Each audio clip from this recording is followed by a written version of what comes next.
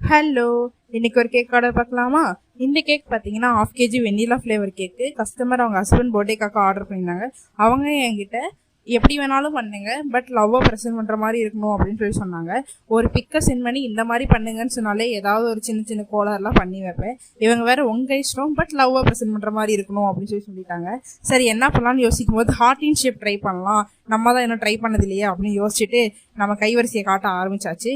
அப்படி இப்படின்னு செதுக்கி ஒரு வழியாக ஹார்டின் ஷேப்பையும் ஓரளவுக்கு கொண்டு வந்துட்டேன்.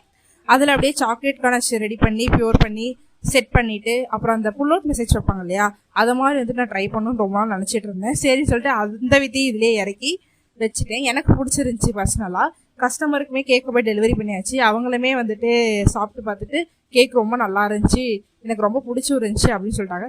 இந்த மாதிரி கேக்லாம் வேணும்னா கீழே தர நம்பருக்கு டிஎம் பண்ணுங்கள். இந்த ஹார்டின் ஷேப் கேக் எப்படி இருக்குன்னு நீங்கள் சொல்லுங்கள். தேங்க்ஸ் ஃபார் வாட்சிங். டாட்டா.